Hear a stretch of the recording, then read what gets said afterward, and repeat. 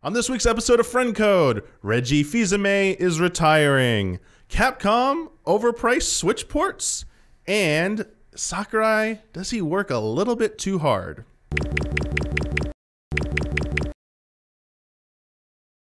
Hello everyone, welcome to a new episode of Friend Code. I'm your host, Michael Damiani. This week I'm joined by Michael Huber. Hello. Kyle Bosman. Hello. How's it going, you two? You teased 3 bummer headlines, dude. Yeah. It's like bad. One of them I feel like there's good in 2 of them at least. Yeah, it's good that Reggie's retiring, right? It's a changing of the guard. Wait, really? That was one of the good things? It's a changing of the guard. Okay. And going out, it seems like, going out on your own terms. I feel like that is probably the best way to go out. Yes. Sakurai delivered a great game, as we'll talk about. Yeah. The Capcom thing, we'll see if we can find any good in that. Jury's More money still for out. Capcom. Yeah, more money for Capcom. Before we dive into any of our news topics for today, 2 things. First, some logistical stuff. Well, logistical stuff. Yeah, you might be wondering, these topics might seem a bit old compared to what we did in the last episode, because we just talked about Pokemon in the last episode. So the last episode was the first of the extra episodes we'll be doing in case you didn't watch the last episode or see the Patreon post. Essentially, Friend Code will remain on its every other week schedule for recording. However, if big news drops in between recordings, we're going to schedule an extra episode to cover that as soon as possible. Those episodes will go up immediately for everyone, so no early access for those episodes. They will be normal episodes, though, and that is the kind of balance that's been struck here to be more timely and reactionary to big news. And let me know how you feel about that in the comments for the Patreon post for this, or in the comments of the YouTube video, because it's by no means final. It's subject to change. If people think there's a better idea, I'm open to suggestions. And I'm doing my segment of important corrections. Ooh. Important corrections, because I usually gloss over like really small corrections. It's like a technicality, something like that.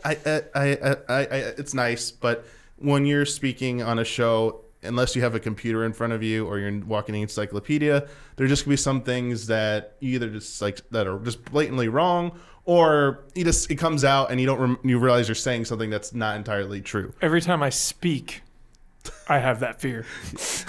Like, actually, it's not subconscious. Yeah. You are actively interesting. Is this right? Huh. Okay. But there were 2 important ones. Are you saying the corrections in the Easy Allies podcast are not important? Is that what is implied here? That's completely up to you, Kyle. it's subjective.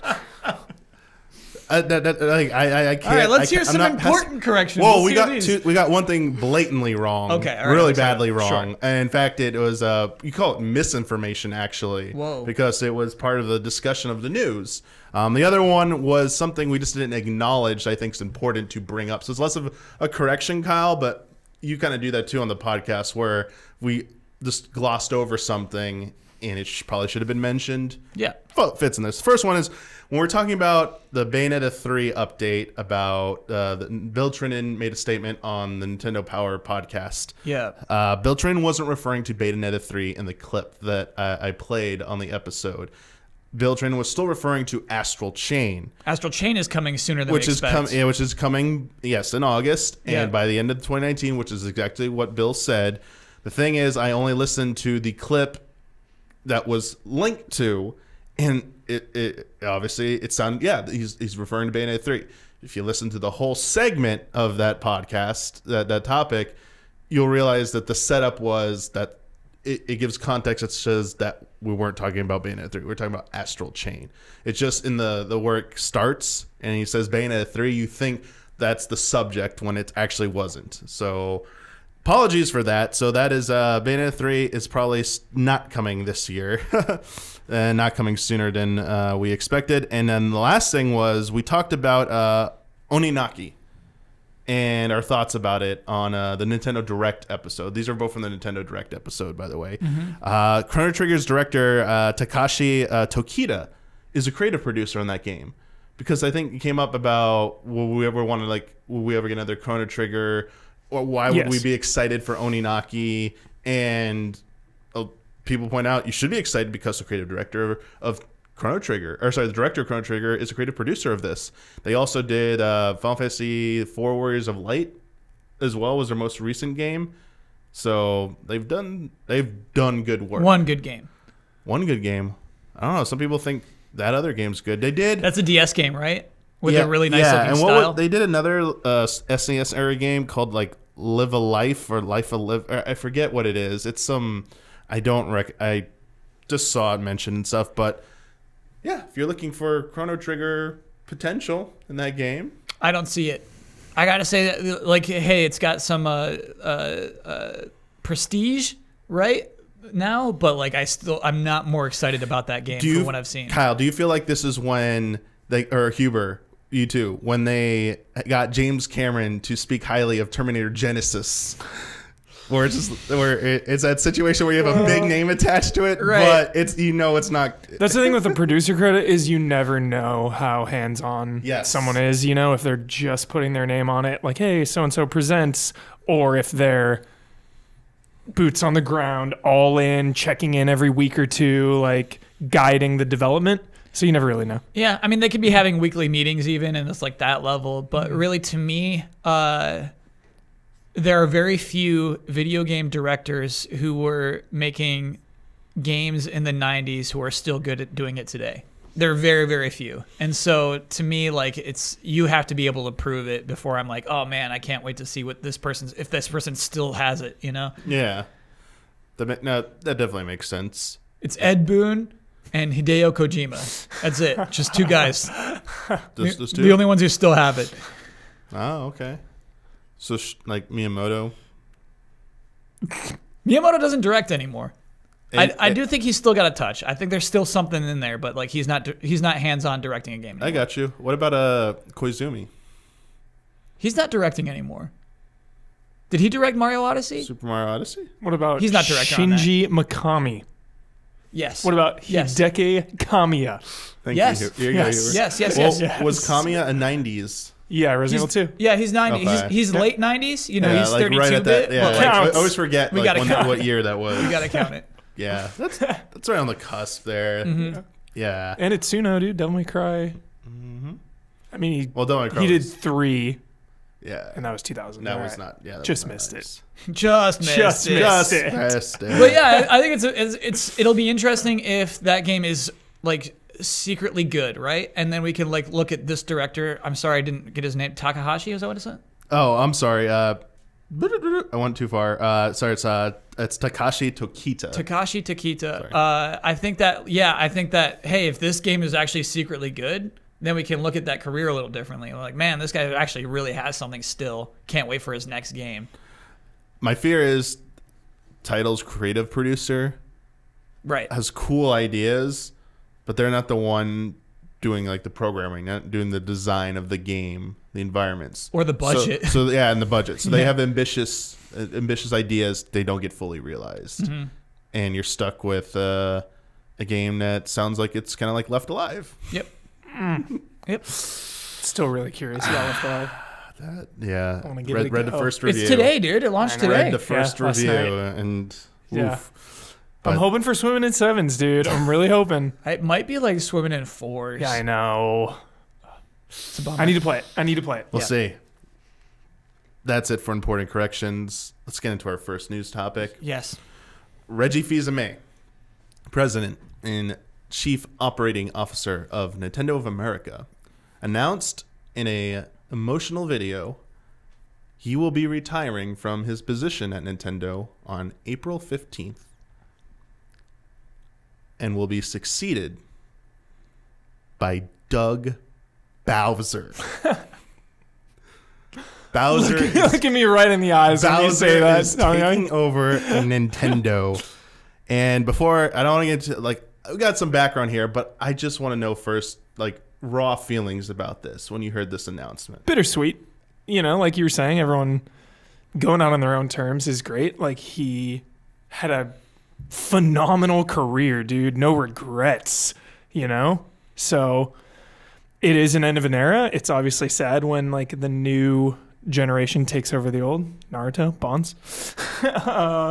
But, you know, he went on his own terms, and I'm happy for him. I was trying to look up Doug Bowser's age.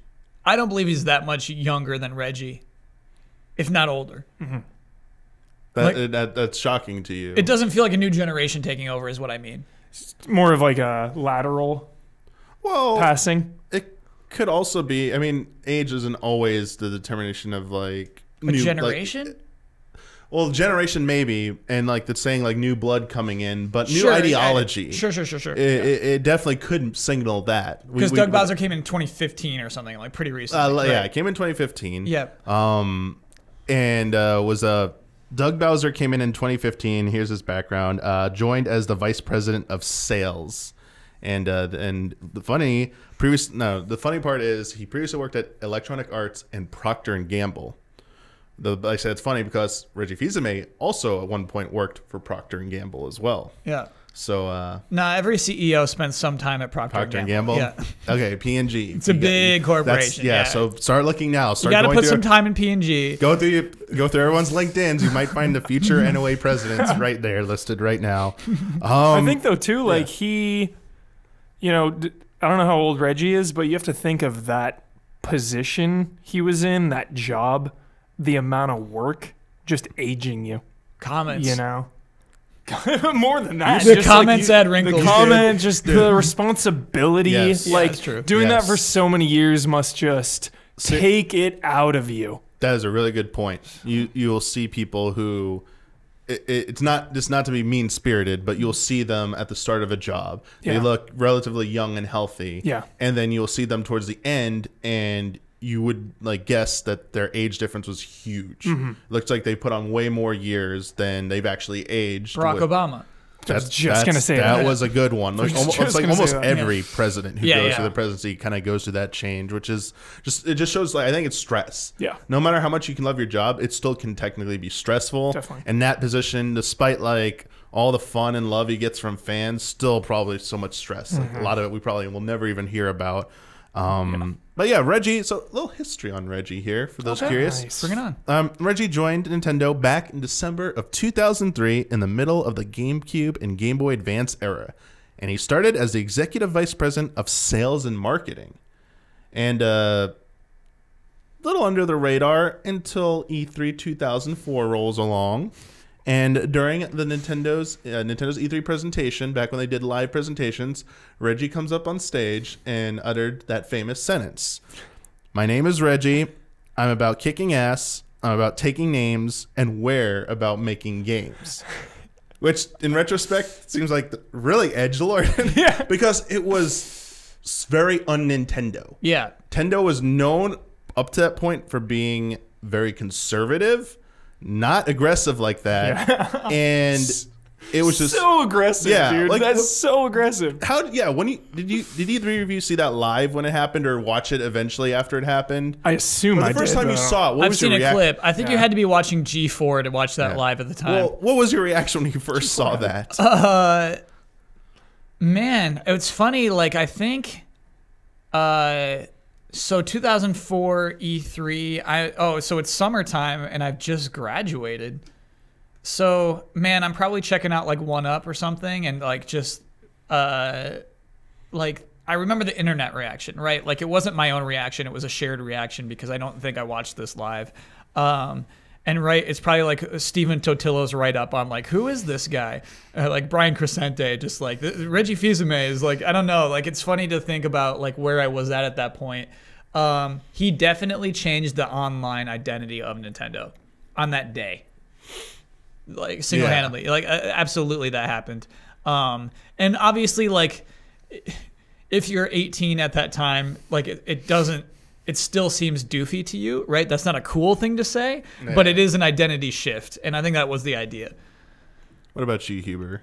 Yeah, I was in high school, junior year, so I was definitely watching it with Brad. I had G4, but I don't remember specifically the moment, But, I mean, like, GameCube to me was still intense, I always thought Nintendo wasn't this like family-friendly child thing. Like, yeah, they had Mario and stuff, but like to me growing up, they had GoldenEye, they had Turok, they had like Resident Evil Remake, like yeah. So I was always under the impression that like you know, you had PlayStation and Nintendo, and then Microsoft was like the intense one, you know, whereas like Nintendo and PlayStation to me were on equal terms, equal footing. I distinctly remember making fun of my friend for only having an N64. So good. It was. It didn't have Metal Gear Solid. It didn't have Final Fantasy. It's like, dude, true. you're getting Yeah, that. he It's was- GoldenEye though. Yeah, That is kind of that is kind of the history of Nintendo through the '90s and through probably through the end of the GameCube era, and a little bit after that. Is that first it was Sega going after Nintendo, trying to appeal to an audience that Nintendo wasn't speaking to. Mm-hmm. I think during the '90s, Nintendo was kind of like in the middle a bit. They had like Play It Loud. They had some more interesting marketing and branding at the time to try and counter that. And then, you know, PlayStation comes along and they go everything that Nintendo wasn't, essentially. Yeah, and they did all that as well. And I think going into the game, the point Reggie stepped into Nintendo, I think Nintendo fans still enjoyed and loved Nintendo, especially the GameCube. But it was clear that Nintendo had fallen in prominence. It saw the decline starting in the N64 era, losing to PlayStation, and now with the PlayStation 2, already been out, had a lead. GameCube was well behind on that. Nintendo, that E3 before that, E3 2003 to me. So for some reason, I remember seeing these E3s online. I don't remember having G4 or anything like that. I remember maybe it was one up. I definitely watched E3 2004 on the internet. sure.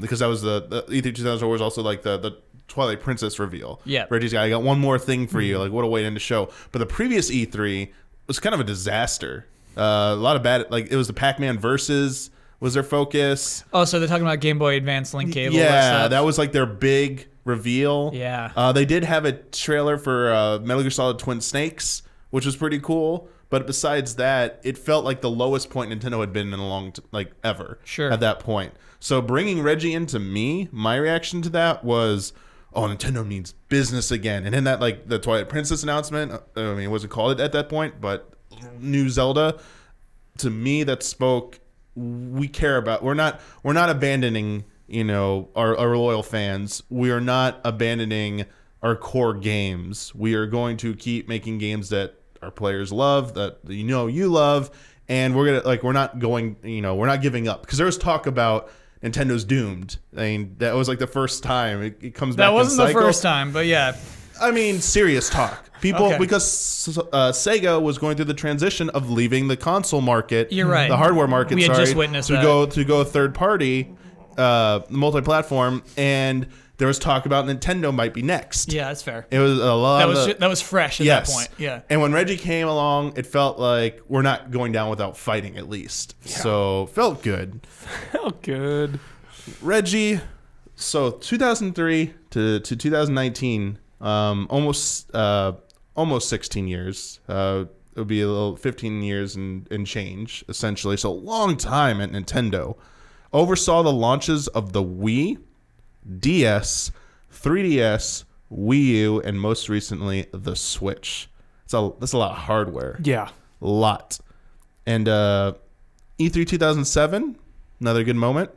Reggie famously said when he was unveiling the Wii balance board, my body is ready. Mm-hmm.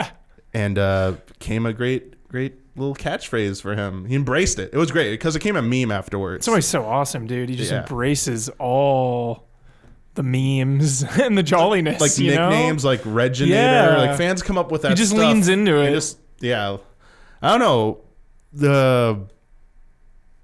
It's interesting to think about, what it's going to be like without Reggie. We'll get to that. But Reggie, one last thing about Reggie that I want to point out, because I always found this interesting, because this was the big headline when he joined Nintendo. I remember reading the press release. So he worked at a lot of positions before he came to Nintendo of America. But the one that always stuck out to me was that he was the director of national marketing for Pizza Hut, where he oversaw the launch of the Bigfoot Pizza. No way. And the Big New Yorker. The Bigfoot dude. I remember that. Hard to explain No to people way. who weren't What? watching TV at that point. Yeah. Great commercials for the Bigfoot pizza. Yeah. It's a square pizza. It's a big square pizza. Huge That was pizza. Reggie. That was Reggie. The commercials were so exciting. Dude, life-changing. Yeah. Life-changing factoid right there, Damiani. Oh, my Yeah, God. I mean, I remember that distinctly being in the press release when they announced Reggie joining Nintendo. Because, like, whoa, Supervisor of the Bigfoot Pizza. Bigfoot Pizza, man. It was. I do remember, like, upon first, like, that is the next We detail probably you could heard about him at dig that it time. up and read it right now if we Yeah. wanted to.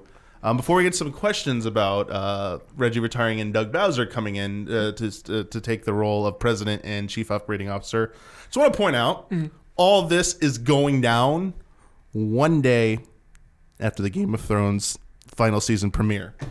I smell connection here. Oh, my God. Reggie just wants to retire to watch that Yeah, last season yeah. of Game of Thrones. Absolutely. No, I'm kidding. I just want to talk about Game of Thrones because that new trailer dropped today, and I found a way to work it in.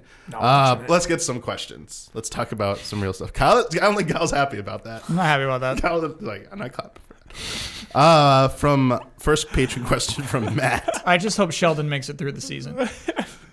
But now you can put in the search or the tag. You can tag Game of Thrones, dude. You'll get more traffic. Tag it. Tag it. Thanks, Yeah, YouTube. Bloodworth put in a little hashtag at the bottom. Hashtag Easy Allies, podcast, Frank Code, Game of Thrones. Boom. Game of Thrones. Oof. First question from Matt.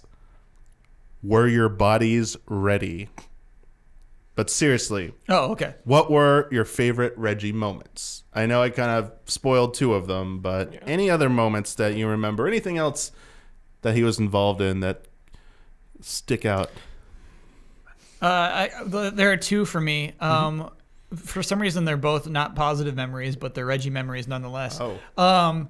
One is so I'm QA at Activision at this time, and this was crazy. This was when we were in like the actual Activision building where the basement is like all QA. And what's so funny about this is that there's a vending machine with water in it that you have to pay for, but there's a free soda fountain. And so all of us just got soda, all just drinking soda nonstop because water costs money. But in the break room on the TVs, we'd be watching E3, like trying to like just take as many breaks as you could. And I just remember him talking up Metroid Other M like it was just going to be the craziest new game. He was so proud to announce, like, we're working with Team Ninja. We're making a Metroid game for Wii. Here it is. And in that moment, I was impressed. Same year, Nice. Final Fantasy XIV was announced, different press conference. And then the He other just one... sold it. What? He sold it. He sold Metroid Other Yeah. M, and I actually got to go to E3 that year because I was working at Activision, technically. Like, it just said Kyle Bosman Activision. I'm like, haha. And I remember seeing Jeremy Parrish playing it. I'm like, oh my God, Jeremy Parrish. But then becoming quickly uninterested in that game upon like looking at it for 4 more seconds. But then the other one I remember is the Wii U E3, where the Wii U is like finally unveiled, and the one more thing was fireworks for Nintendo Land. And then at that time, working at Game Trailers, working at the E3 stuff, and Reggie having to come back to that studio to talk to Jeff Keighley about like how much that just sucked. And like, you know, like it's funny to like watch him maneuver around like how much the Wii U sucked. Like obviously those were probably the wrinkles and grays years, right? Like that was probably the most stressful time. Yeah. Coming off the massive success of Wii and just like having to somehow sell this product. We're about software. Yeah. Was his catchphrase for so long. It's Play like, we're about the the game. games. Yeah. Exactly. Yeah. What about you, Huber? Any No, moments? no specifics, but just anytime he was with Keighley, it was just pure entertainment. They have a long history. Yeah, and just because, you know, there's a difference when interviewer and interviewee don't know each other versus when they do know each other. It just comes off more natural. It comes off more real. So anytime they got together, good stuff. Whew. Got some too. Going off the Keighley thing, early one, 2005, did an interview with Keighley about Twilight Princess, and it was kind of temporarily, it was kind of like famous because Keely's like, all right, Reggie, when's it coming out? And Reggie goes, tell your people, like, Keely, tell your people, it's coming this year. It's coming to GameCube. And then it gets delayed. And, like, everyone replayed that interview. Like, what's up, Reggie? It's coming this year. I felt so bad. But, like, stuff like that. All the skits that Reggie was in, seeing him reimagined in the Robot Chicken type skit, seeing the Mega 64 one where he really was the Reginator, and he was down to play.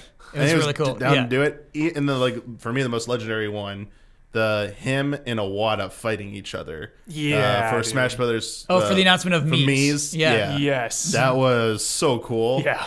I hope they had so much fun doing that. But yeah, a lot of great memories there, and it's a really good one.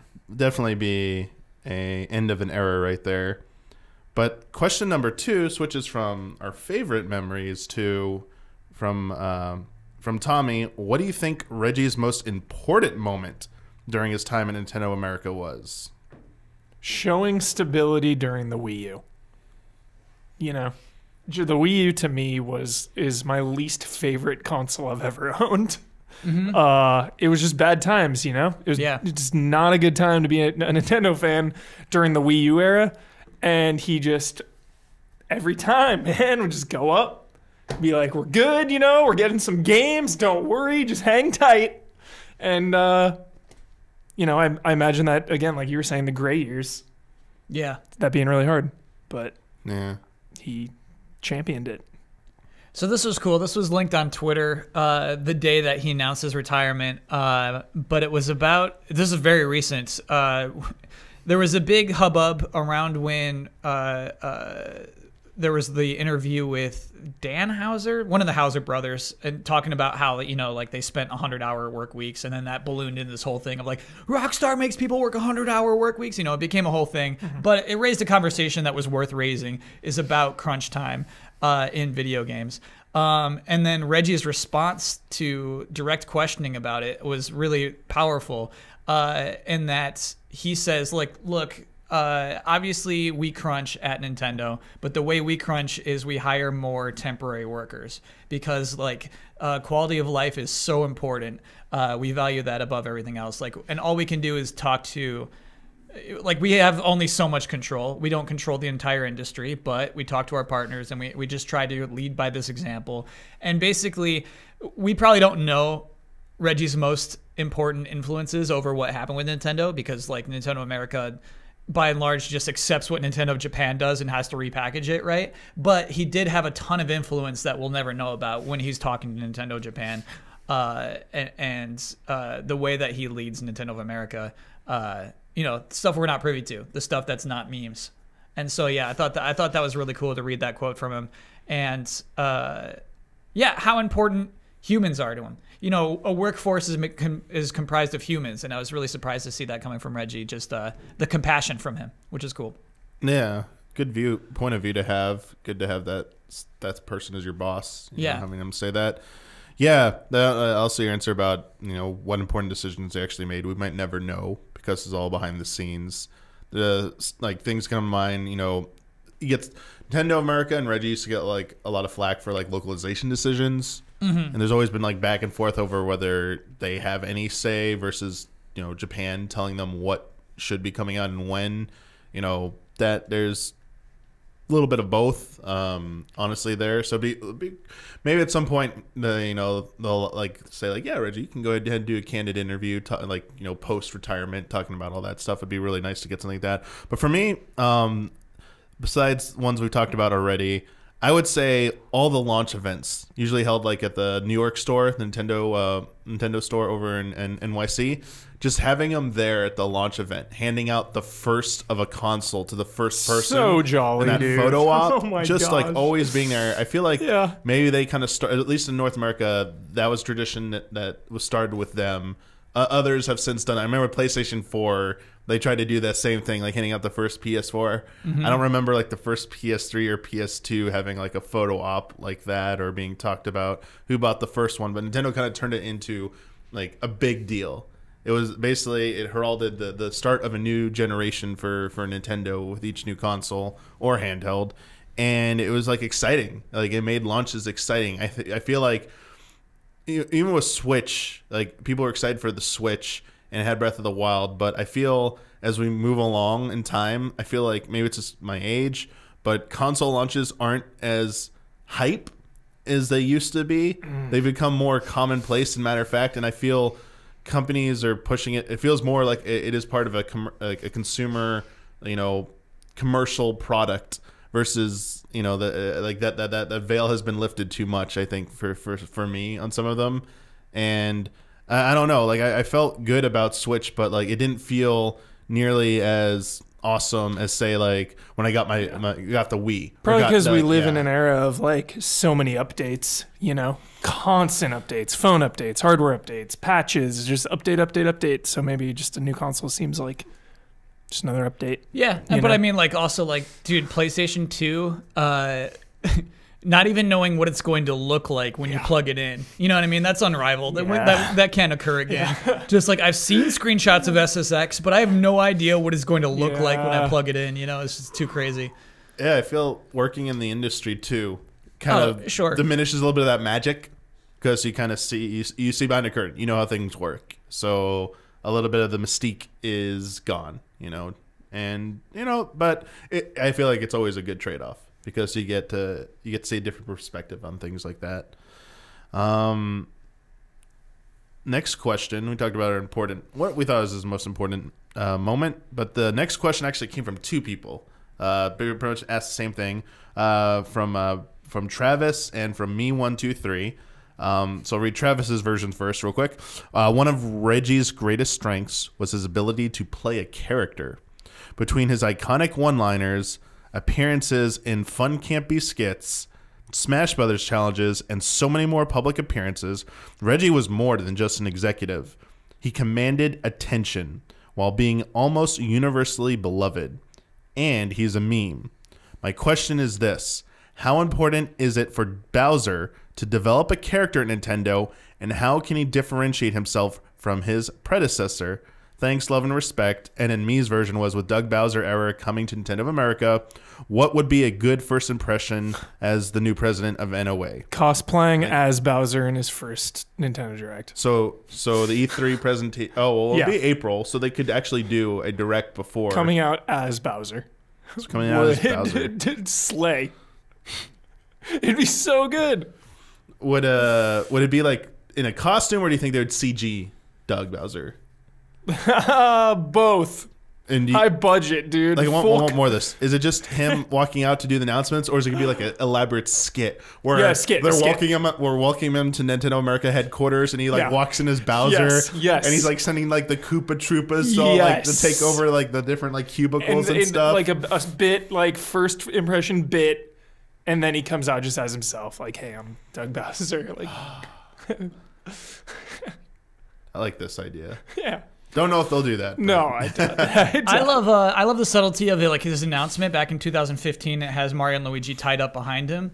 Like I think just like doing it totally straight, like, "Hi, I'm Doug Bowser. I'm very pleased to be the new president and CEO of Nintendo of America." Yeah. But like, I don't know, at the very end, like panning out, and he's just been like just mutilating some Mario or something. That's way over the top. Sorry, I mean something subtle like that. Where like if you were paying attention, you know what I mean, like. If you play it backwards, he's saying Mario sucks. Like, I don't know, just like maybe that's it. But honestly, like more than jokes from him, I want to see sincerity. I want to see his personality. I want to know what's important to him. And he already has so much goodwill, I feel like, just because everyone is like, "Haha, Bowser." He already has some points. And he's willing to play with it. Yeah. That's the thing. It's like he seems like he's happy to be in this position. He seems like he's cool with this strange community that's going to treat him so poorly. And so, like, I think, it's not going to be an easy job for him. But, yeah, we need to see his personality first and foremost. So one of the things that I was looking into about this, 'cause I was curious, and people brought up in comments in other places, I would love for him, for Doug Bowser to continue on the tradition of Reggie Fils-Aimé and be more of a public figurehead. But at the same time, we've also seen kind of a changing of the guard over on the Japanese side.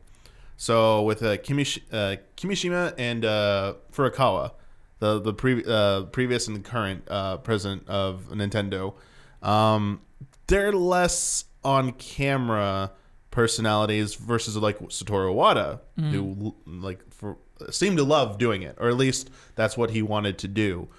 And torch has kind of been passed on to the actual developers now. You've seen the forgetting their name, the director of Splatoon, doing like their updates for that. You've seen Koizumi do updates for that. You've seen Takahashi do updates as well. They're all part of like directs. They're letting the developers have the screen time, talk about their projects, and also how they're impacting Nintendo.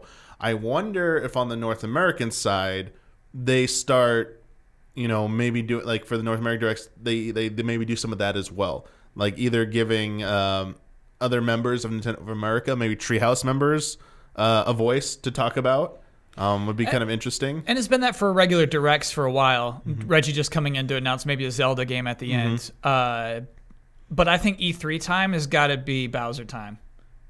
I think E3 is I think that's got to be Doug Bowser time. Like, I don't want to see too much. He needs, I feel like, he needs to be introduced as, president and CEO to the world. And to this industry, properly, I would say. And I think that will be an important moment.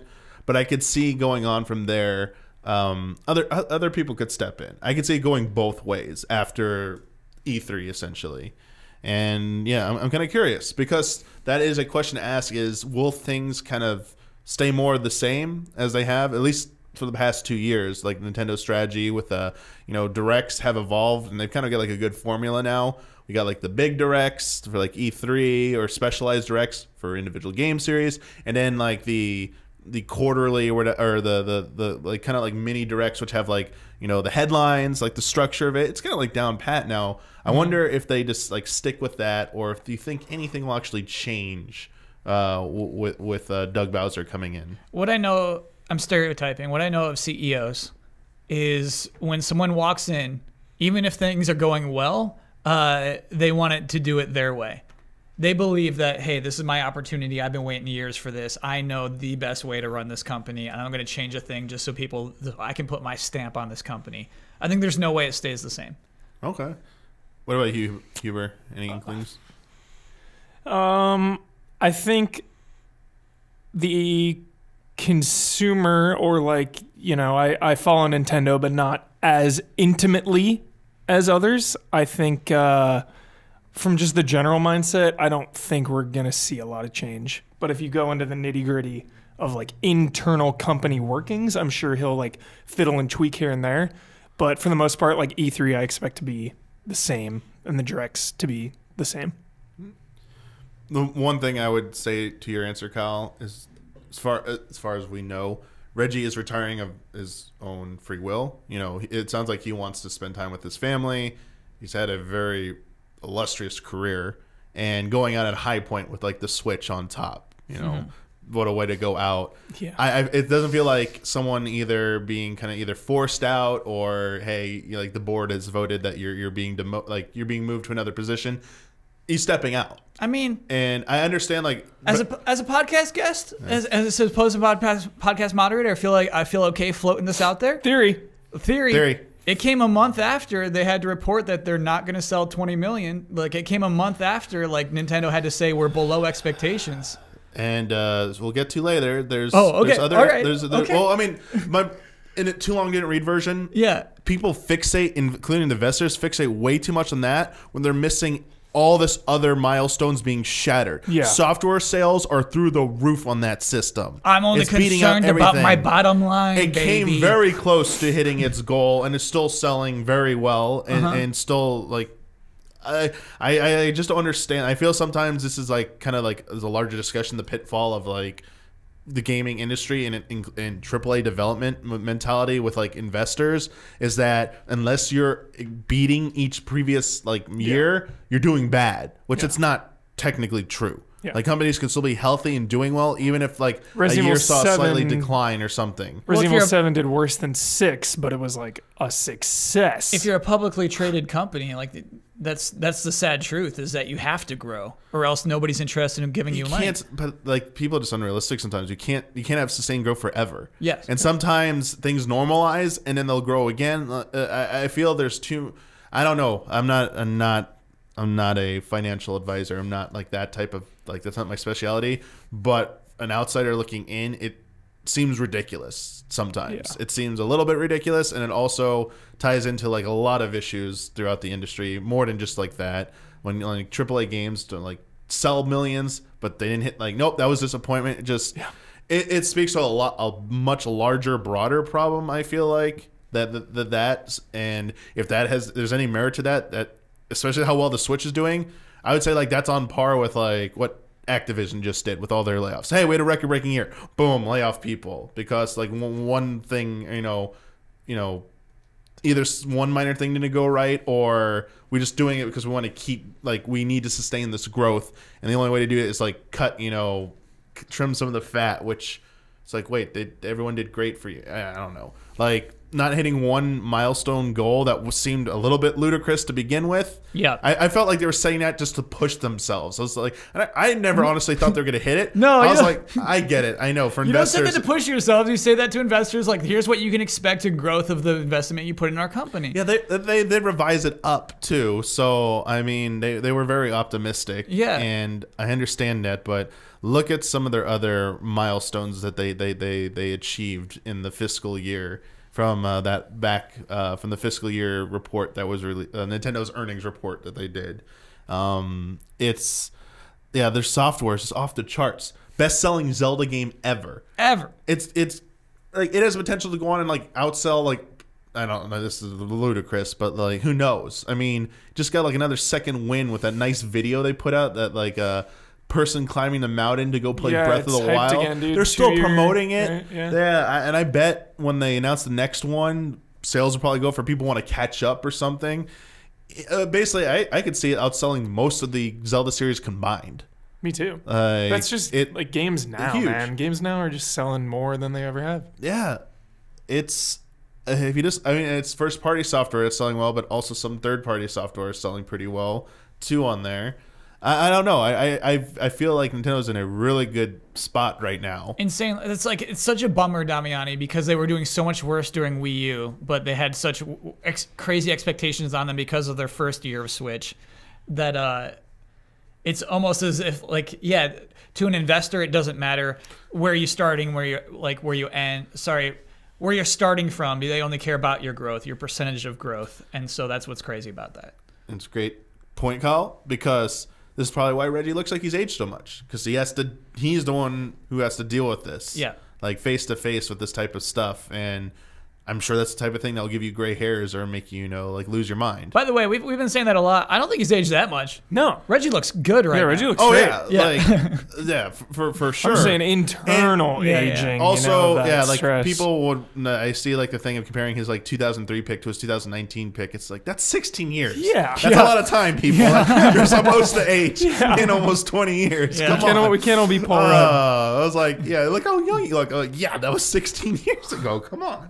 But I mean, that's the stuff that stresses you out. Yeah. That we don't get to be a part of that. We don't actually see that. So I do wonder. I wonder if someone walked into his office and was like, "Hey, like, there's a lot of pressure coming in from the board." Like, I wonder if that happened. But why would it like, just why be aren't you him selling though? as much as Wouldn't there Wii? be changes? Have Switch sold more than Wii yet? Yes. Okay. Oh, sorry. No, not the Wii. OG Wii. Wii U, it sold more than. I wonder if they're just like, why aren't we there? What's up?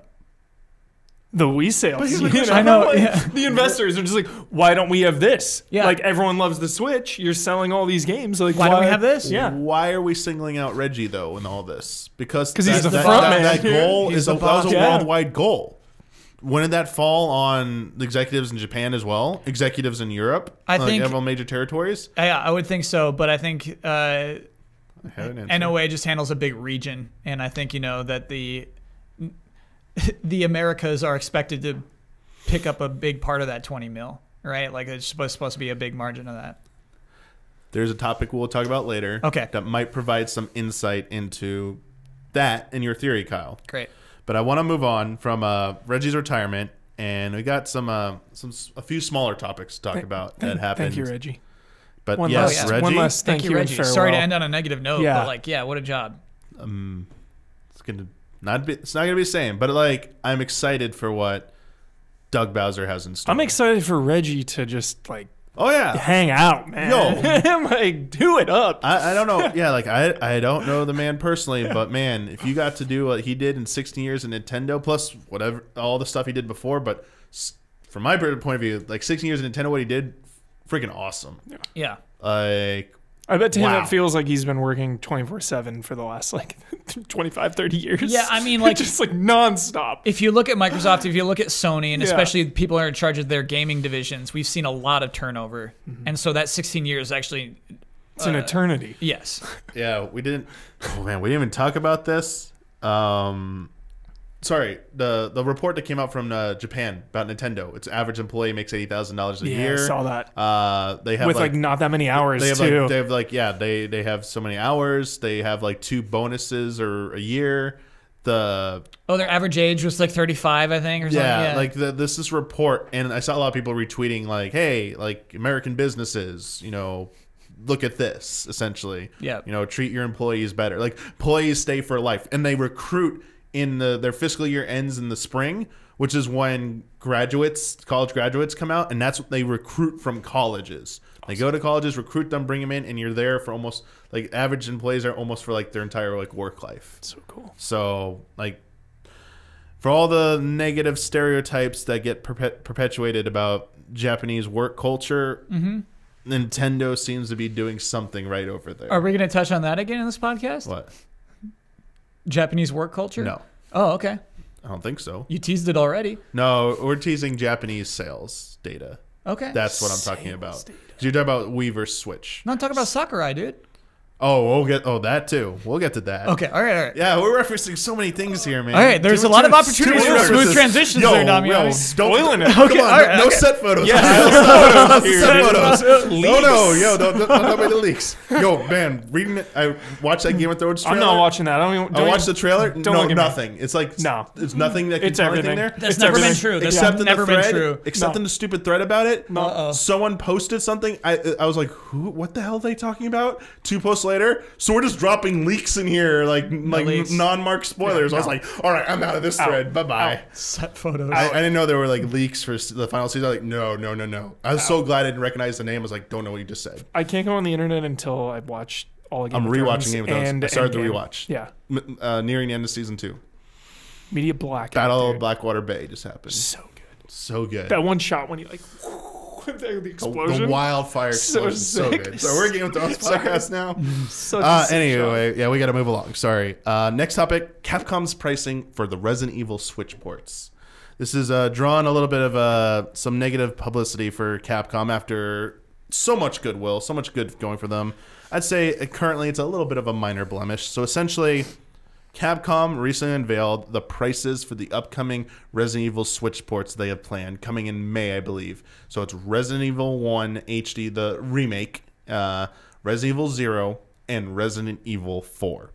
They are all going to be individually priced at $29.99 US dollars, about $30. For RE0? It's a little much. There you go. And Kyle, for comparison's sake, these games, the same exact versions of the games, Yeah. available on PS4, Xbox One, $19.99 each. Yeah. That's still too much for RE0, by the way. So a developer friend of mine who I will not name Okay. has told me many times that for stuff like this, it's just more expensive to port and to make stuff for the Switch. It's just different. Games on a cartridge, the little There you thing, go. are different than a discs. Is it going to be a physical release? So the Switch tax is the what it's been referred to now, what Hubert's describing. And even if it's not physical, it's still like a little more work to get it on the Switch versus the other consoles. That's what I've been told by a developer. And so I don't think this is too huge of a deal. It is kind of unfortunate that it is pretty expensive, but you laugh at zero, and I agree that should be less, because I look at Nintendo's backlog. I look at games like Mario and Mario Kart and Zelda that remain $50 or $60 for like 20 years. Resident Evil Remake and Resident Evil 4 are masterpiece classics that you could charge $60 still to this day, and I think it would be fair. I would not complain about it. So, yeah, I think people are just I mean, it's unfortunate. It's when you look at it on paper and it's like 30 here, 20 here. What the hell? You know, little more research into it. Before I counter that, Kyle, you were asking about physical. Let's play a game. Okay. Only one of these three will have a physical version. Which will it be, Kyle Bosman? RE4. Nope. Uh-oh. Nope. 0. Resident Evil 0 is the only one to That's get how a they get away with physical maybe release. charging 30 as well on that. I don't know. That's weird. The others will strictly be digital versions. Harsh. What? What? Now I'm one of the angry commenters. I'm about to write an angry comment. There's a collection too for RE0 and Remake. That is $59.99 for the Switch version. $60, even more expensive than if you bought them individually, and only still comes with 0 physical. That version is cheaper on PS4 and Xbox One as well. Switch tax, dude. Switch tax refers to, again, when the physical cartridges cost a little bit more money than discs. Go back to the N64 era. This was the whole argument about one of the main arguments. But Kyle, Yeah, I guess that makes sense because you have to charge the same as physical and digital, right? So you have that starting baseline, right? You have that $30 physical RE0. This is the least we can charge for this. And so then that becomes the baseline for what they have to charge for everything else. That sucks, but I guess that's the reality of what they were thinking. Yeah. as far as we know, none of these versions includes anything unique or different from the most recent HD remasters. I don't think there will be. Yeah, I don't think you can. And there's been no comment from Capcom. People tried to reach out to get a clarification on this. Mm-hmm. So here's the thing, Huber. Educate me. Physical version I can understand because it costs the cartridge cost. Yeah. So you got to add a little bit more. Yeah. I don't. One thing as a consumer, I don't understand why digital versions need to cost more than the physical versions. Like if all of the versions of the game on current gen platforms is $19.99, and they're like, okay, a physical version needs to charge more because it's more expensive for the cartridge, so I can buy $29.99 physical copies. But the digital versions of these Switch games should be $19.99. I 100% I disagree. I am not a developer. I don't know. But again, the developer told me that like even if it's digital, you still have to do different work to get it on the Switch. That's why not everything is on. That's why so many games are like PS4 and Xbox, PC. Okay. Not on Switch because you have to just like fiddle with it and do like Mortal Kombat has a whole separate team. Exactly. Yeah. Yeah. So, but I mean, so here's some things I would like want answers to counter that. First of all, these games started off on systems that were not very Resident Evil similar. Remake, dude, GameCube. Yeah, their infrastructures are not that similar. This isn't like games that were developed on PS4, Xbox One, which have like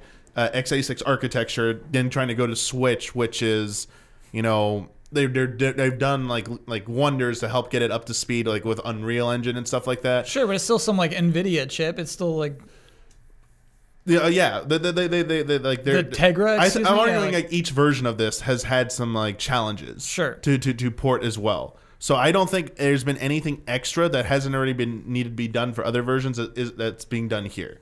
I think the same amount of work is going into this that went into all the other port versions, and thus it doesn't justify a higher cost.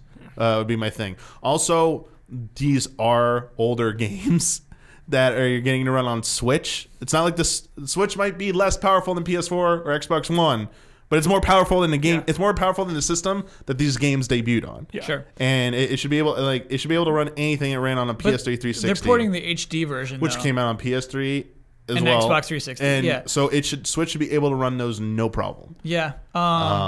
So I those would be my like hard questions like to Capcom. Why are you was Remake HD on me? PS3? I thought it was PS4. No, I reviewed RE4 HD and Code Veronica HD on PS3. Yeah, those were PS3, but was a Remake 1 PS3? Oh, I don't know about Remake. I think 4. Yeah, Remake and 0 I think might have been PC and Xbox One and PS4 only. Yeah, that one you might be right. But like for me, RE4 is the big one. It's had so many versions. It's come out on so many different systems, and at this point, I mean, it's gonna sell it should be the same price point as the current versions, which is $19.99.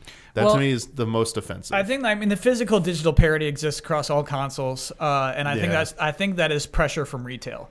I think retail is saying, no way, you cannot charge cheaper for digital than we sell here at Target. No way, we'll stop stocking your stuff. You know what I mean? And that's just the pressure from retail. So I really think it's because they wanted, and I don't know why it's only physical for Zero. That makes no sense. Yeah, that makes no sense. But I think that is the root of everything, is that one stupid $30 cart for Resident Evil 0. I don't know. That'd be a good question to ask Capcom. Why only Resident Evil 0? But we got a few questions from patrons about this, how we feel. So the first one from Benjamin.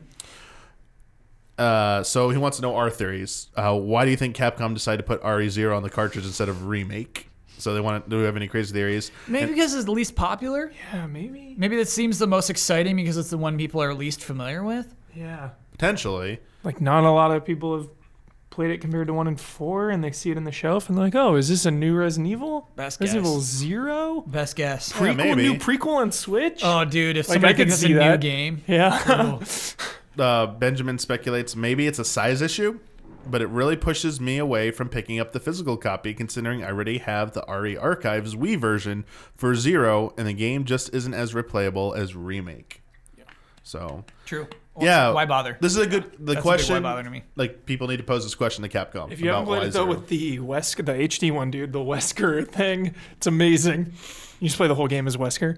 In RE0? Yeah. I didn't know about that. And he, like, has a speed dash, so people speed run it, Resident Evil 0 with Wesker. He's like, he has, like, the punch and stuff. It's pretty cool. All right. That sounds cool. So he's like RE5 style. Yeah. Okay. Yeah. Nice. Yeah. M Bun wants to know, they want to piggyback on Square Enix's pricing of Final Fantasy ports onto this segment. Oh, so sure. They asked for my permission. I said sure in your question. Sure. So because while the prices are the same as the PS4 counterparts for the Square Enix Final Fantasy ports, I find it fascinating that these games used to be much cheaper, sometimes half the price on all PlayStation consoles before PS4. And for some of these games coming to Switch, they were potentially cheaper at some point as well. So correct me if I'm wrong, but my understanding is that no improvements were made to these versions of these games being sold. I'm ready to correct you. Final Fantasy, I think they have added features. Yeah. Like though they have the ability to like turn off random encounters, fully reheal at any point, Speed up time. Yeah. There's extra features on that.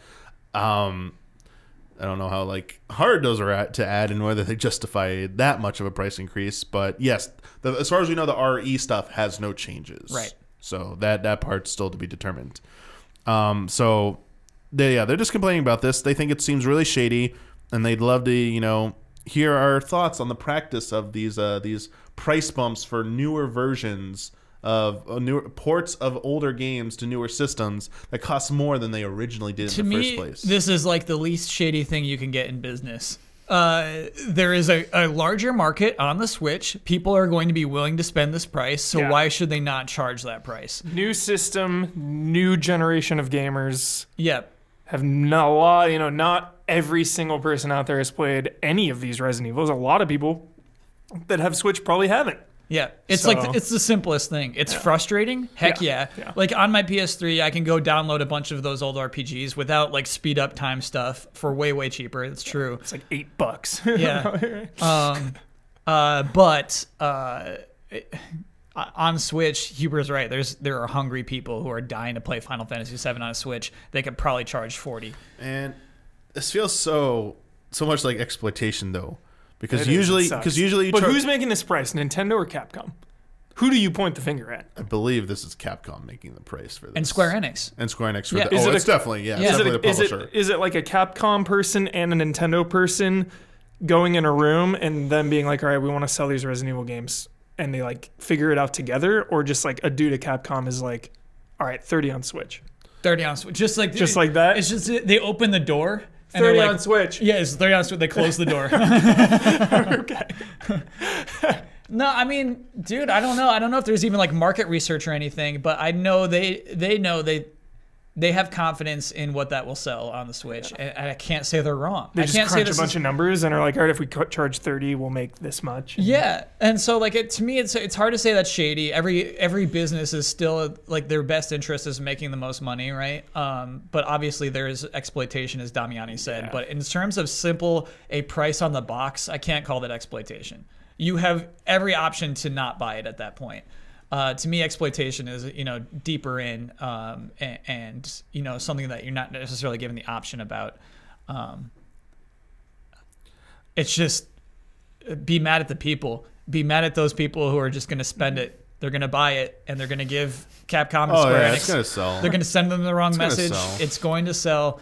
That's who to be frustrated with. But yeah, I mean, like I can't fault either of those companies for taking their biggest titles and selling them for as much as they can get for them.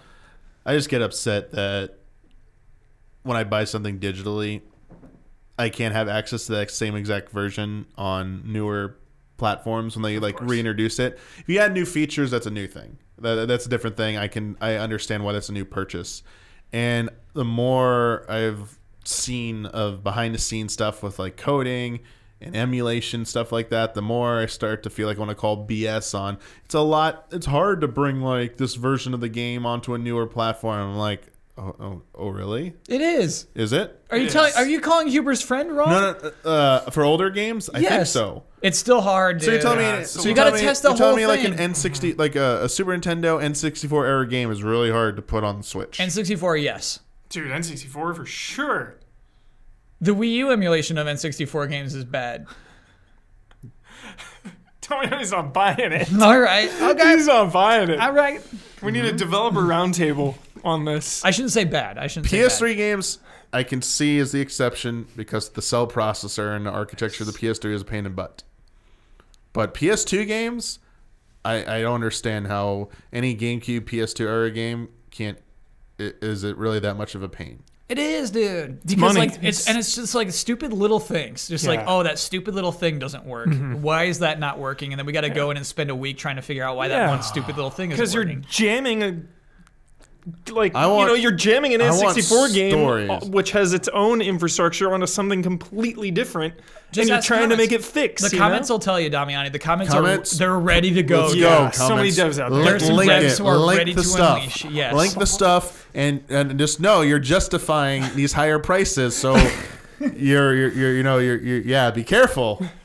No, I'm kidding. I'm very curious. I understand it's a more complicated topic. I think it's not hurting me too much because I'm used to my whole life staring at those Nintendo Greatest Hits boxes. Like Super Mario Sunshine on GameCube was like $50 for a decade, So I think just growing up with that mentality my whole life, it's like, whatever. You got me, Nintendo. I'm used to it with you. Nintendo? Straight up. I don't blame Capcom here. I blame Nintendo. Yeah, Nintendo. I think Nintendo's biggest perpetuator of this because they protect their value very vigorously. Yeah. They don't lower their prices very often on anything. They keep games full price many years after their release. Where people are like, wait, what?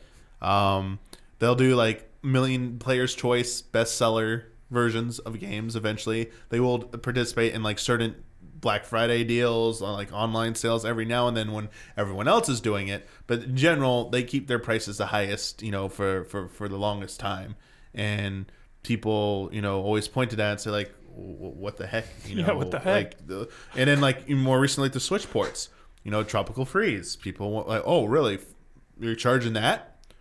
Oh, and when the Wii U version's this, and it worked. Like we ran into that. The Wii U version was cheaper, and people got outraged about the Switch version costing what it did.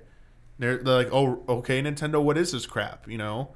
And now they really can get away with it because it's like, hey, you can play it on the go. Yeah. Could never play Resident Evil Remake like this. You're so right. Take Resident Evil 4 anywhere you want. Yeah. You're right, Hubert. Most articles I read researching this, their theory is that because Switch is a hybrid console, that Switch tax isn't the physical cost of a cartridge; it's the convenience of being able to play on the go and on a console. That is like it's basically a two-system thing. So hybrid. What you touched on briefly, Damiani, though. Cyborg. I expect obviously Xbox is going bring your purchases forward. I bet Sony's going to be about bringing your purchases forward going forward. And then I think with Nintendo's next console, after PS5, after Xbox Scarlet, they're going to be forced as well to be bring your purchases forward. I think that I would agree with you, Kyle, because I think they're structuring it in a way now where there's no more traditional virtual console. It's everything I feel is gonna be piecemeal through the eShop. Nintendo Online Shop. And it will. I feel like those will carry over because they already did the system unification thing with the account merger with the My Nintendo. They pretty much set going into the Switch launch. I think they were laying the foundation for that to be. So what I'm saying is, this may be the last time you buy Resident Evil 4. It's up to Capcom. This one's. I think there'll be a PS5 Capcom version. Yeah, there'll be the 4K edition. Yeah, don't worry. Yeah, HDR. Yeah, 4K HDR. Ray tracing. Yeah. Mods allowed, we'll see.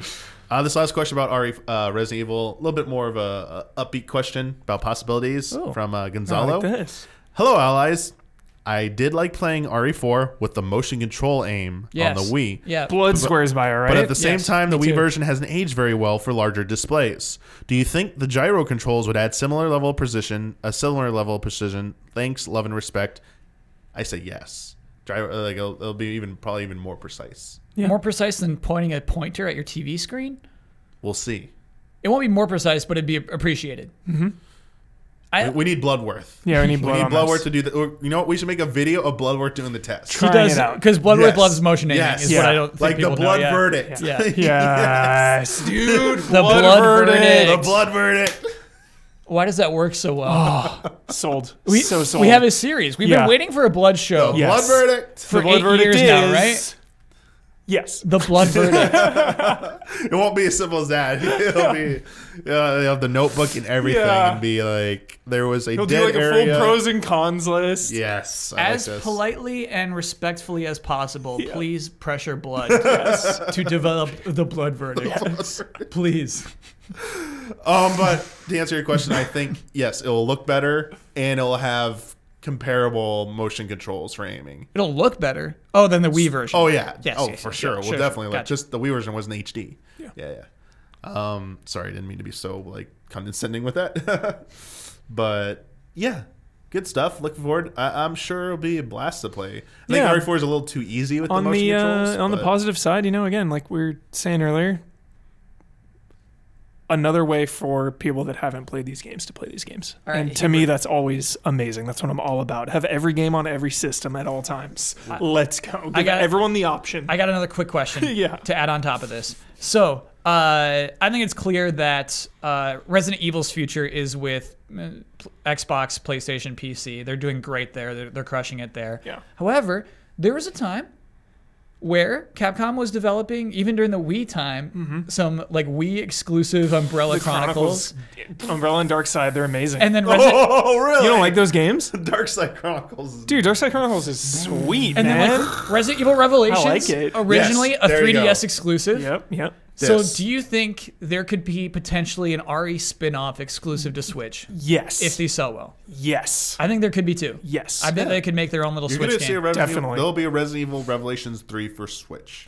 Well, Revelations 2 was on Everything. PS4 and everything, so I think Revelations now would be multi-platform, so I think it'd have to be something different. But I think they'll probably market It'll it as the also be lead on- platform for Switch, where the mainline games will be marketed for the other platforms because Switch won't be getting those. Yeah. But they'll put they might even do a play it first on Switch deal. Dude. Hunk Chronicles. For the Hunk Chronicles. The Hunk Chronicles. Yes. I want a blood verdict. I need a blood verdict on the Hunk Can we get a blood verdict, please?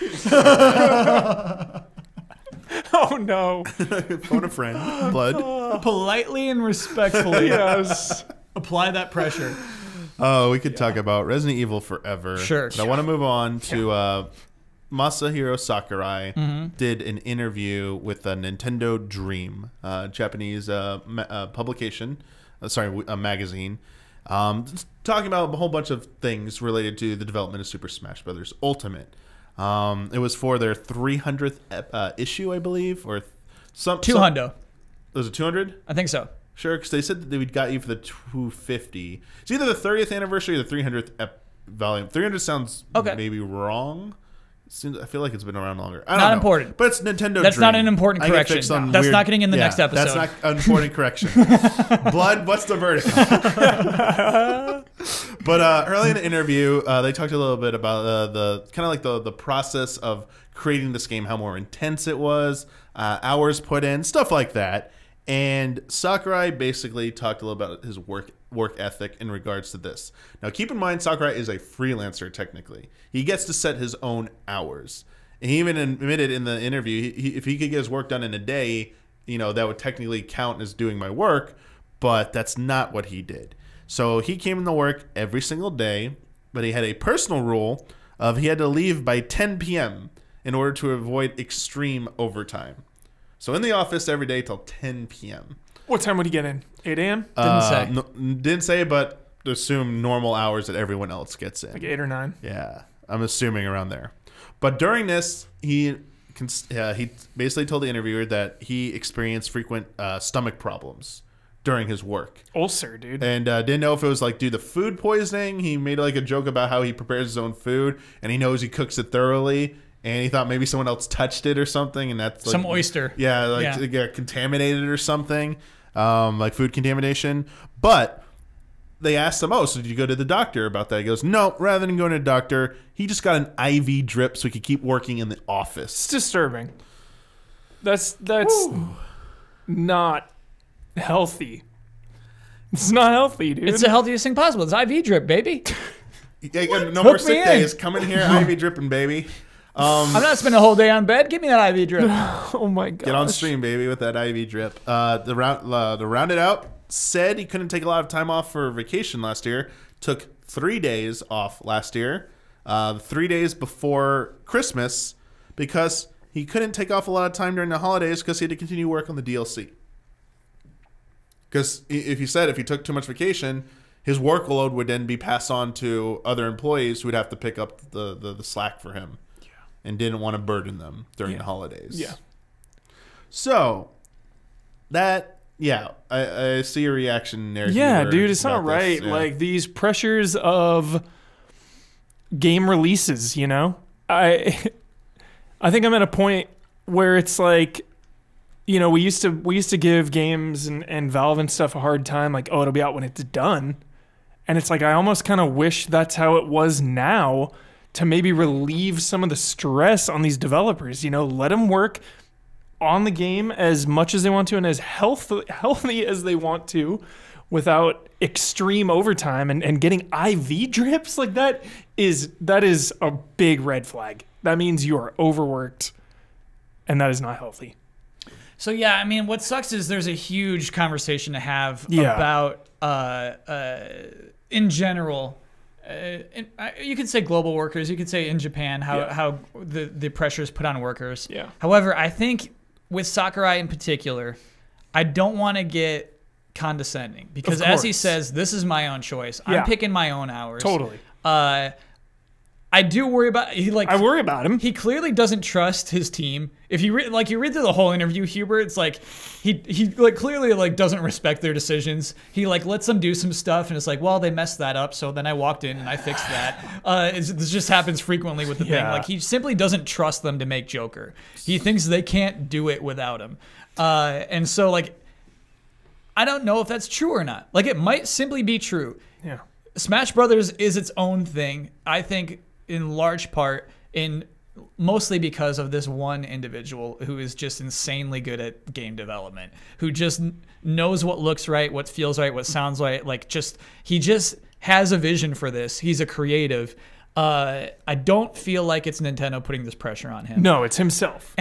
But he is still in a mindset where he puts that on himself, and I feel like there's he's killing ways, himself. Yeah, there's ways to alleviate that. There's got to be. Yeah, and what's hard for me too, Huber, is it's clear he takes so much pride from the end result. Mm-hmm. He is so happy with how well received Smash Ultimate is. And so it's he doesn't seem to me like somebody who's always constantly dissatisfied. Yeah. It seems like he kills himself. He destroys his body and his life to put out these games. But then when they're out, he knows exactly how good they are. And so it's hard for me to be judgmental on this. Yeah, totally. Damiani. But there is the larger conversation about well, he is affecting others' lives. Yeah. He's not forcing anybody. He does say, I think also in the interview, that Nintendo has great policies about this now, and that they are forcing people to go home at the end of the day. But yeah, it is about culture, right? Like we appreciate people who work themselves to death, and it's like, is that really the thing that we should celebrate? You bring up a good point. I think of Kojima, like how he gets like 3 hours of sleep a night, right? And it's like, hey, everyone can live their life how they want to live it. Right. And if like Kojima wants to sleep 3 hours a day because he wants to watch movies and make games, like, good on you. Yeah. It's just like the IV drip is the visual, dude. It's so intense when I think of that. That is like serious health concerns, Yeah, that would not be allowed to happen here, essentially. It would. Dude, if I want an IV drip, I could come. I mean, like here, like literally here. I'm a freelancer, baby. Just like when I said you can't get grabbed on the staircase. I mean, in like in most North American companies, you work for like one with an HR. Sure, they're not going to let you do that. Right, but if you're like James Cameron, you can do it. Yeah, on set with an IV drip, James Cameron for sure. Yeah, but so like that's the status Sakurai has. To do that? He's like he's got status. He's artist status. It's like who will stand up and challenge him and push back on that? I think. Yeah, that's a problem. Like, it's part of the culture, but two, it's also a part that is the person in charge who has I guess the guts to go tell them what you're doing is wrong. Like you should really not do this. And then all that comes with that baggage. Like you worry you're crossing like a personal line at that point versus a professional line. So like, hey, you're telling me how to live my life and stuff. You get into those types of arguments. Yeah, and that's why I usually want like an HR, because they'll have clear policies and they'll be like, you can't do this. It's against this policy. Whereas if you're a freelancer or you're like the creative, like you're the charge of the project and it's you, who steps in to say that at that point? And if not, you're on board for one crazy ride, then you're gonna have some stories to share. But who knows what kind of like hell you'll go through while making that working on that project. And that's what I see from this. And like everything you're kind of saying about Sakurai, Kyle. Yeah. But I don't trust my team and stuff. Blah blah blah. Sounds very eerily similar to stories I've heard about Shigeru Miyamoto, about the upending the tea table thing, which is not literally doing that. That's like about challenging the people under him to rethink conventions. But there's also the same amount of stories that come out of those great ones you hear, like, oh yeah, that's Miyamoto being like creative genius. You hear about, he was unhappy and thought no one could like do this right, and he would have to step in and do it himself, essentially. And I don't think it's just related. It's just restricted to Shigeru Miyamoto. You talk about like James Cameron. Like there are every auteur out there is going to step in at some point and probably think they are the best to do it.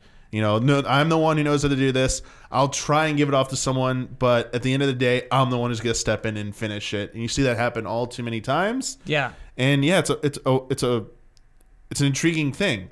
Because it's their project. Do they have the final say? Is it right to push back and stuff? Like, and who does? Like, I'll never miss an opportunity to bring up Evil Within. So I was gonna just do it, dude. Yeah, bring up Evil Within. Mikami did the first game, and he wanted his younger team to step up. He was begging for it for the sequel, and he let him do it. He didn't direct number 2 because he let his team do it. He was all about, at the end of Evil Within 1, he's just like, yo, for the next one, I want the young people to rise up. And he just let them do it, and they'd made Evil Within 2, and it's awesome. Yeah, it's a good story. Yeah. Like, it's good to hear stuff like that. Yeah. It's funny. You learn through failure, right?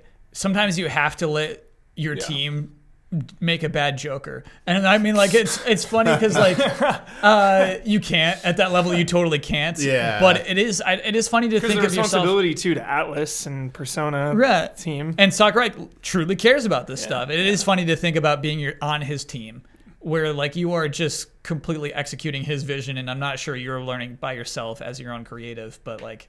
Yeah, maybe when you get your own project, you can do your own thing. But yeah, that is funny. It's a totally opposite thing, Huber. Yeah. Yeah.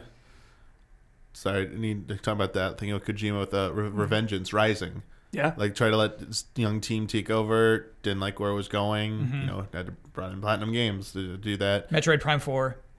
You know what? You're just not doing it. This sucks. Yeah. Like, we're sorry. I think that's a whole different thing, but also like sort of similar. That wasn't like, I don't think it was the creator of that series is the one who was like saying it was going bad. It was more. I wish every video game had behind the scenes documentaries.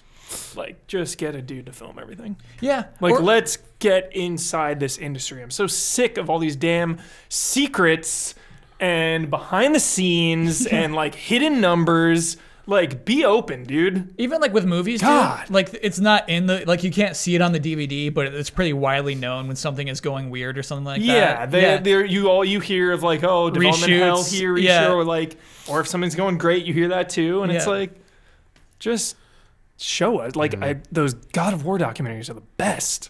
The PS2 God of War games that have like the full on. I was scared there was one for PS4 that I missed. They didn't do one for no. PS4, right? Okay. Yeah. They're so good. Got one question. Two people asked pretty much the same question again. Bring it down. From Ryan and from Sod. Basically, I'm reading Ryan's version of the question, but Sod also asked pretty much the same thing. Assuming that Sakurai is not directing the next Smash game, which is not at all guaranteed. That's not a fair assumption at all, yeah. Do you think that Smash Brothers would benefit from a new directorial vision, or will the series decrease in quality without him? Yes and yes. Like, it will, just like I said, you have to fail to learn. Like, let somebody make a bad Smash Bros. Almost. Like, it's the only way to grow. It's because, like, Sakurai will retire or die someday, right? And then you're left with nothing. Like, you do need to cultivate new talent. You do need to let new people direct a game, even if it won't turn out right. I think of the like a good parallel with Metal Gear, right? Okay. Part of me knows this is Kojima's thing from his mind, right? That whole franchise. It's Kojima's vision. But then another part of me is like, could someone make a great Metal Gear game without him? I think it's possible. Yeah. I really do. I think, and Smash is so Sakurai. It's like so his franchise. And what's crazy is like how similar they all are, to a degree. So it's like if you got anyone new in there, it would feel different. Mm-hmm. But I still think it's possible. Yeah. But it's scary. The correct answer is yes. Like, I think there is a correct answer to this, and I think it is yes. I would say, because there have been good examples of that from major franchises, which have changed creators, essentially. Biggest ones, just to stick within the realm of Nintendo, Breath of the Wild. It's not Shigeru Miyamoto's game. It's Fujibayashi directed that. That's their project. And Eiji Aonuma oversaw it, but wasn't a director on that. So you look back at like the older Zeldas everyone reveres, basically Shigeru Miyamoto joint with with Tezuka essentially, and those two are the creative forces behind the earlier games. They then become like more supervisors and outright don't really have that much hands-on involvement other than like their name just appears on the game in the credits somewhere. And then you see, Eiji Aonuma take over. Mm-hmm. I think that's cool. And then like Breath of the Wild, the most radically different Zelda game, is mostly new staff. It's mostly new people working on that. Koizumi taking over Mario, like 3D Mario, turning into like Galaxy and Odyssey versus like the 2D Mario series. I remember it's like the Jungle Beat people, okay? And I was like, the Jungle Beat people. We're gonna crush this series. Yeah, exactly. Yeah, Retro Studios taking over taking their take on Metroid. Yeah, that's like it is totally doable, and it's totally possible to capture the essence of a game. Like someone could come in and make a Metal Gear. But I think though, like Mario and Zelda have changed so much, so many times, whereas Metal Gear really similar throughout. Same like Smash, so similar throughout. So I think to a degree, I'm not saying they're like one for one here. You don't think every Metal Gear is pretty evolved. There's similar things though, but like looking at Metal Gear Solid 1, of course it's like top down. But like from 2 to 3 to 4, just like a little bit bigger and more 2, 3, scope. 4 are probably the most similar compared to like Mario that goes from a side scroller to 3D to like flying around to like isometric co-op. Like that it has changed so much, and same with Zelda too. But Metal Gear Solid 5. Like open world, like that was a huge change for it too. For sure. I mean, and that's obviously going to come with tech. But I'm just saying, like I look at Smash, and all of those games are so similar. I know Yes. they're not, but like You're right. they are. Of those 4 franchises we just Yeah. talked about, Smash easily the most similar. Yeah. between- yeah. Whereas I feel like Mario and Zelda have changed a lot like over the years. Yeah. that type of game, it's like quality of life changes, like balance changes. They're still important and difficult to pull off. It's just to the naked eye, essentially. It isn't aside from Just on a visual fidelity. yeah. It isn't that much to change. But But like with Smash Brothers and stuff, I feel like even in that same interview we're talking about, the Nintendo Dream interview, and everything we've told about Smash Brothers Ultimate. I mean, that's why it's called Ultimate. It's celebrating the whole history of the series. It's everything is pretty much in there. And I just don't. Yeah, I don't. Even if they're a keep Sakurai, I don't know where you go next. I feel like you have to try something pretty different. Yes. You Yes. cannot come back to the same. You can't game. just Yeah. reskin it. Yeah.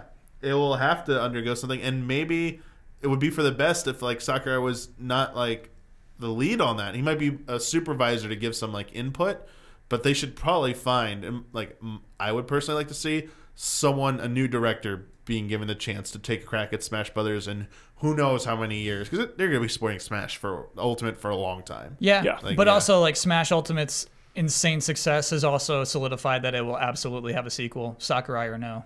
Oh yeah, That's I don't think we'll see crazy another thing. Smash on the next system. Yeah. Yeah. But it will definitely be coming, and yeah, I would hope to see. I mean, if Sakurai really has like a creative vision for a new version of Smash, so be it. Like okay, let him take a crack at that too. Yeah. But if he wants to just if he doesn't want to radically change the series and someone else has an idea, at this point I'd like to see someone else's take on it. Mm-hmm.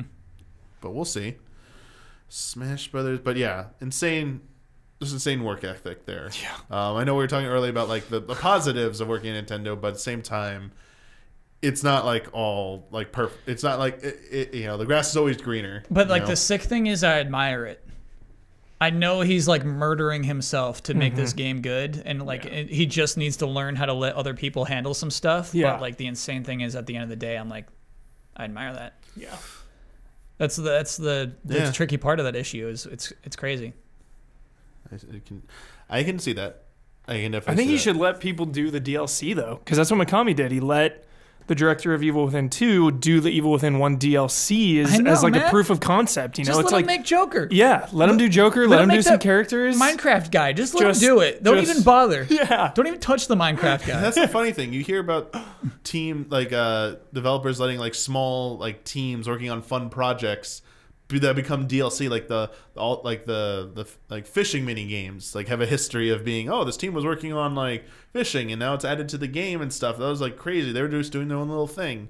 Stuff like that, like where younger teams get to prove themselves. Like it doesn't have to be the whole game, but a component. And I feel like DLC would be a great avenue to try that. It's like, all right, let's see how you do with this character. Just one character, see how you do. Yeah. And we'll take it from there. Damian, I know you're wrapping that one up, but there was one really interesting part of that interview in which Sakurai's talking about how he leaves at 10, right? He does fewer work hours, and that allows him to work on other games. He said that in that interview. And like, what are you teasing, dude? Yeah, what other what? games you working on? What? Yeah, I would love to know what else he has to work on, because he's Metroid always. Prime. Well, no, he's talked about first of all, yeah. Like we just real quick get into it. I mean, Sakurai and Iwata essentially are like the creators of Kirby. Yep. And they made Kirby games before they made Smash Brothers. That was Sakurai's thing. And Sakurai worked on like some like other projects as well. Not all of them came to fruition, but he is first and foremost a game developer. And like in his earliest life, he wanted to go to like a vocational school for like engineering or something, and decided, no, I'm gonna self-taught himself like game development essentially. And he found out he really loved it, and he has like really strong convictions about game design philosophy that you see throughout his games, especially in Smash Brothers.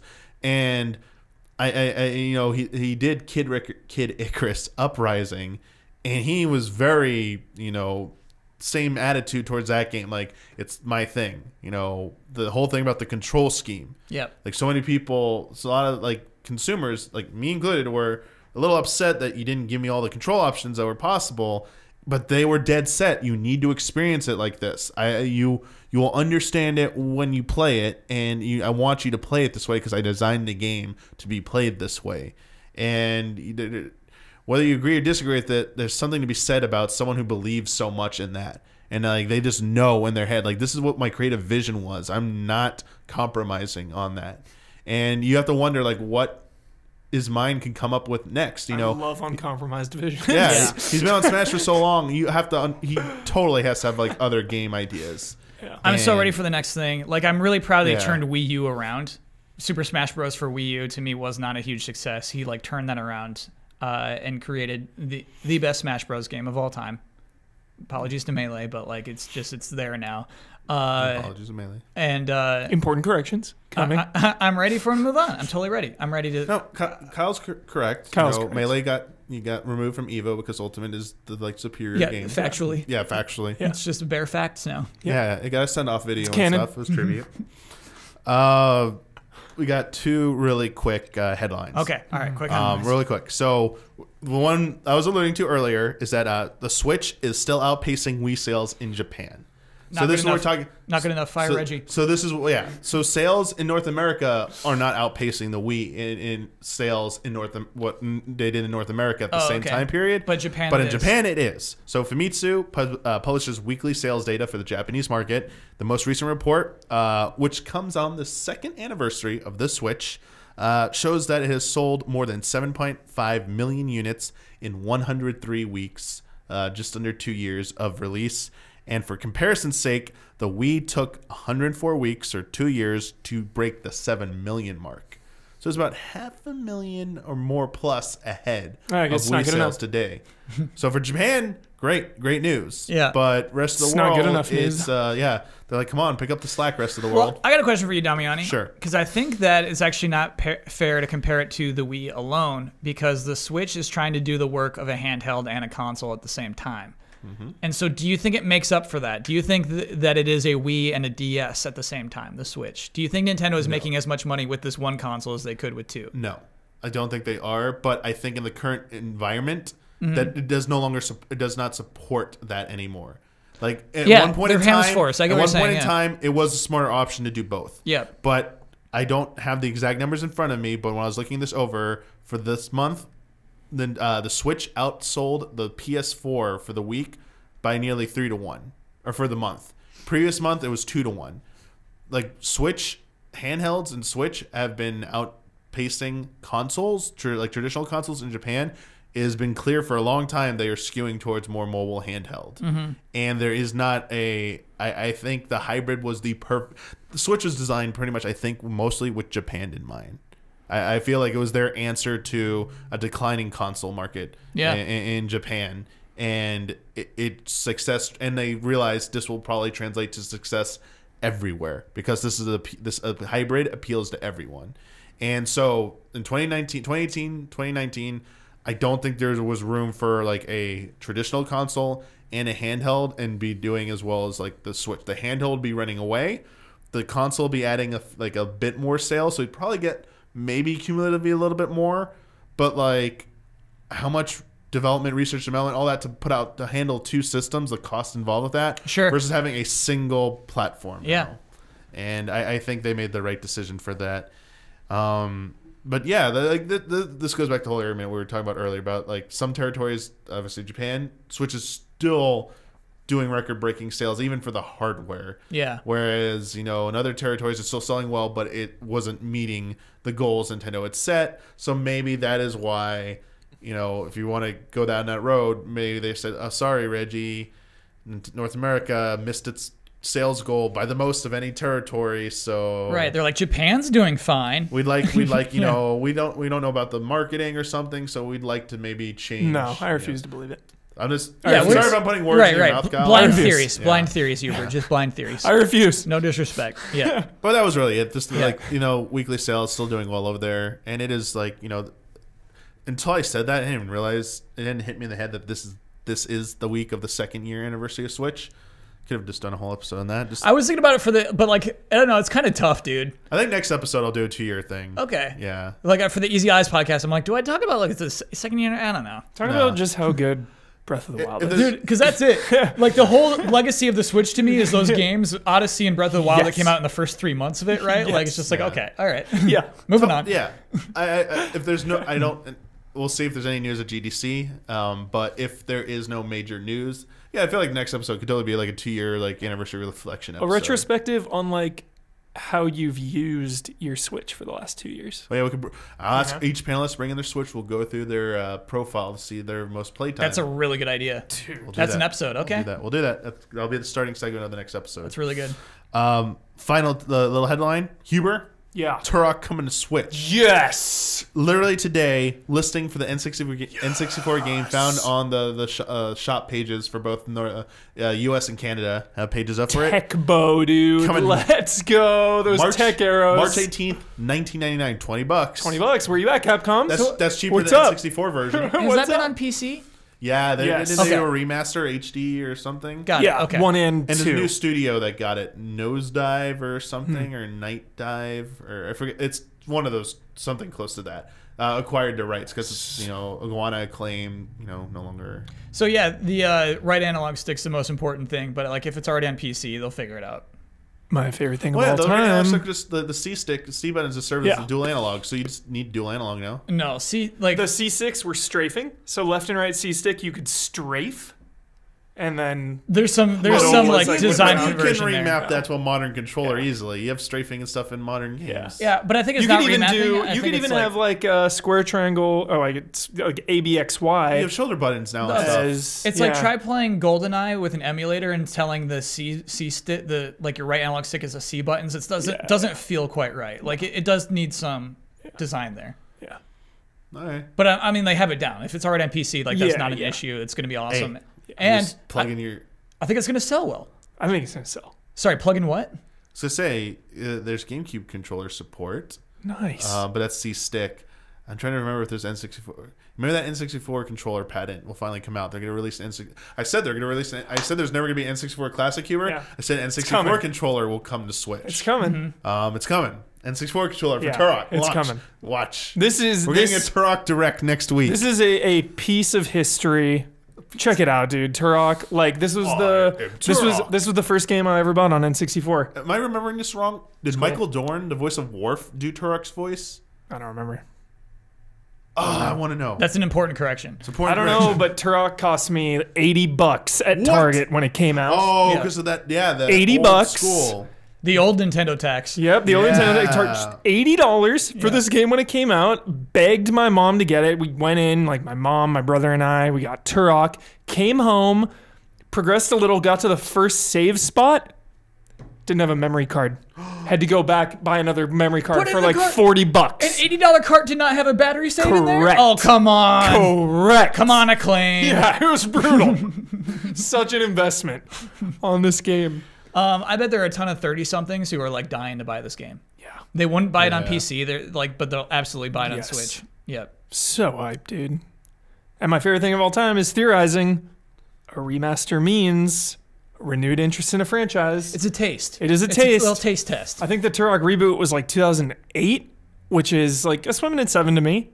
But I would just love a new Turok. But do you reboot it again? Yes. Or do you continue on after like Turok 3? Sorry, dude. New reboot. New reboot again? I'm down with that. 100%. 100%. I can't confirm or deny like the original game. No idea. Oh, okay. I don't remember why I said that. Like I thought I read it in like probably a different game. But anyway.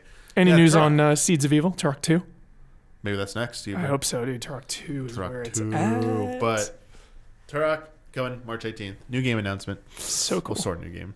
Port announcement. And before we get any important corrections, I understand how different Metal Gears are.